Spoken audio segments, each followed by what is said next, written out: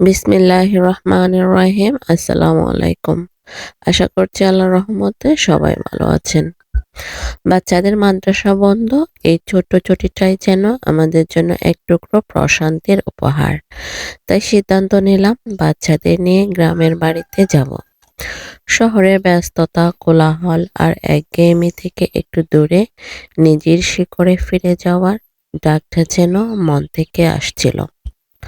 প্রায় ২ ঘন্টা বাসে চড়ার পর গ্রামের বাড়ির পথে শেষ যাত্রার জন্য সিএনজি নিলাম। সিএনজি চলতে শুরু করতেই চোখে পড়তে লাগলো চেনা অথচ বহুদিন না দেখা দৃশ্যগুলো। রাস্তার দুই পাশে ছড়িয়ে থাকা সবুজ ধানক্ষেত, কোথাও ছোট ছোট ব্রিজ, যার নিচ দিয়ে বয়ে চলছে শান্ত নদী কিংবা খাল। মনে হচ্ছিল প্রকৃতি যেন আপন করে ডেকে নিচ্ছে। গ্রামের মেঠো পথে চলতে চলতে দেখলাম গ্রামের নারীরা কলসি হাতে নিয়ে রাস্তার পাশ দিয়ে হেঁটে যাচ্ছে। কারো চোখে তাড়া নেই, কারো মুখে অকারণ ক্লান্তি নেই। সবকিছুই যেন ধীরে, শান্ত আর স্বাভাবিক। শহরের যান্ত্রিক জীবনে যেটুকু হারিয়ে ফেলি, গ্রাম সেটা নিঃশব্দে ফিরিয়ে দেয়। সিএনজির জানালা দিয়ে আসা বাতাস, ধানের পাতার গন্ধ, দূরে গাছের ফাঁক দিয়ে দেখা আকাশ, সব মিলিয়ে মনে হচ্ছিল বুক ভরে নিঃশ্বাস নিচ্ছি অনেকদিন পর। বাচ্চারাও জানালার বাইরে তাকিয়ে একটার পর একটা প্রশ্ন করছে নতুন দৃশ্য দেখে। তাদের চোখে মুখে বিস্ময়। এইসব দৃশ্য দেখতে দেখতে কখন যে গ্রামের বাড়ির সামনে এসে পৌঁছালাম বুঝতেই পারিনি। মাটির গন্ধ, পরিচিত পরিবেশ আর আপন মানুষের টান, সব মিলিয়ে মনে হলো সত্যি তো গ্রাম শুধু একটা জায়গা না, গ্রাম একটা অনুভূতি। গ্রামের বাড়ি পৌঁছাতে প্রায় সন্ধ্যা হয়ে গেছে।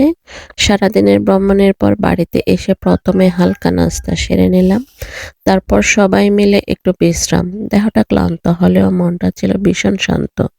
গ্রামের বাড়ির এই শান্ত পরিবেশে বসে থাকা মানে যেন আলাদা এক প্রশান্তি। কিছুক্ষণ পর বাচ্চাদের নিয়ে রাতে একটু হাঁটতে বের হলাম। গ্রামের রাতের বাতাস, নিস্তব্ধতা আর মৃদু আলো, সবকিছু মিলিয়ে পরিবেশটা ছিল খুবই মনোরম। হাঁটতে হাঁটতে মসজিদের সামনে পৌঁছাতে চোখে পড়ল বালুর স্তূপ। বাচ্চারা তো আর সুযোগ ছাড়ে না, সাথে সাথে বালু নিয়ে খেলায় মেতে উঠল। তাদের হাসি, দৌড়ঝাঁপ আর আনন্দ, পুরো পরিবেশটাই আরো প্রাণবন্ত হয়ে উঠল। একটি পুকুর ভরাট করার জন্য 50 ট্রাক মাটি অর্ডার করেছিলাম। রাত 11টার মধ্যে থেকে সকাল 8টার মধ্যে গাড়ি মাটি দিয়ে গেল। গভীর রাতে একের পর এক ট্রাক আসা, সব মিলিয়ে কাজটা বেশ দ্রুতই এগোচ্ছিল। সকালে ঘুম থেকে উঠে বাচ্চারা সেই নতুন ভরাট করা পুকুরের মাটির উপর এদিক সেদিক দৌড়াদৌড়ি করে খেলছে। তাদের কাছে ওটা যেন নতুন কোনো খেলার মাঠ। কাদামাটির গন্ধ, খোলা জায়গা আর মুক্তভাবে দৌড়ানোর আনন্দ। গ্রামের এই ছোট্ট ছোট্ট বিষয়ে বাচ্চাদের শৈশবকে রঙিন করে তোলে। এটা আমার বল।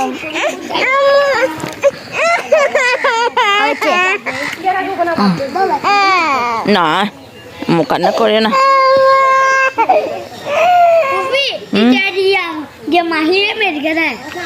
মাহিকে মারছো কেন? দেখো না, ও না তোমাকে মারছে রে। বুঝি নাই, বুঝি না কি বলছো যে?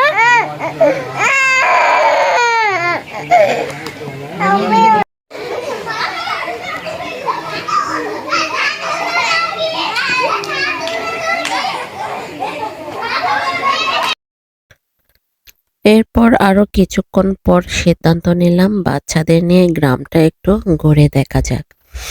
বের হয়ে পড়লাম গ্রামের পথে। প্রতিবেশীদের বাড়ি, একের পর এক পুকুর, চারপাশে বিস্তৃত ধানক্ষেত, লম্বা সরু গ্রামীণ রাস্তা আর রাস্তার ধারে দাঁড়িয়ে থাকা গাছগুলো, সবকিছু খুব মন দিয়ে দেখছিলাম। বাচ্চারাও কৌতূহল নিয়ে চারপাশ পর্যবেক্ষণ করছিল, প্রশ্ন করছিল, নতুন নতুন জিনিস আবিষ্কার করছিল।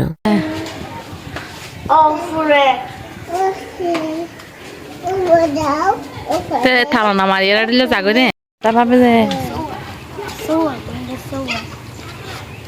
Ainda deixa eu saber. Ai, dava aqui, roda. কোনটা রাষ্ট্রপতি বাবা কি আসলে কুই যাবে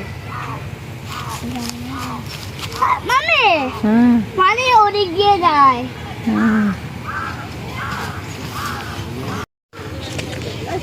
ওরে গেছে গ্রাম ঘোরা শেষ করে আবার বাড়ি ফিরে এলাম। দিনটা কেটেছে একদম স্বাভাবিক, কিন্তু ভীষণ শান্ত আর পরিপূর্ণভাবে। সেই রাতেও আবার 50 ট্রাক মাঠে অর্ডার দিয়েছিলাম, সেগুলো রাতে দিয়ে গিয়েছে। আজ এটুকু পর্যন্তই, আবার দেখা হবে নতুন কোনো ভিডিও নিয়ে। ততক্ষণ পর্যন্ত ভালো থাকবেন, সুস্থ থাকবেন। আল্লাহ হাফেজ।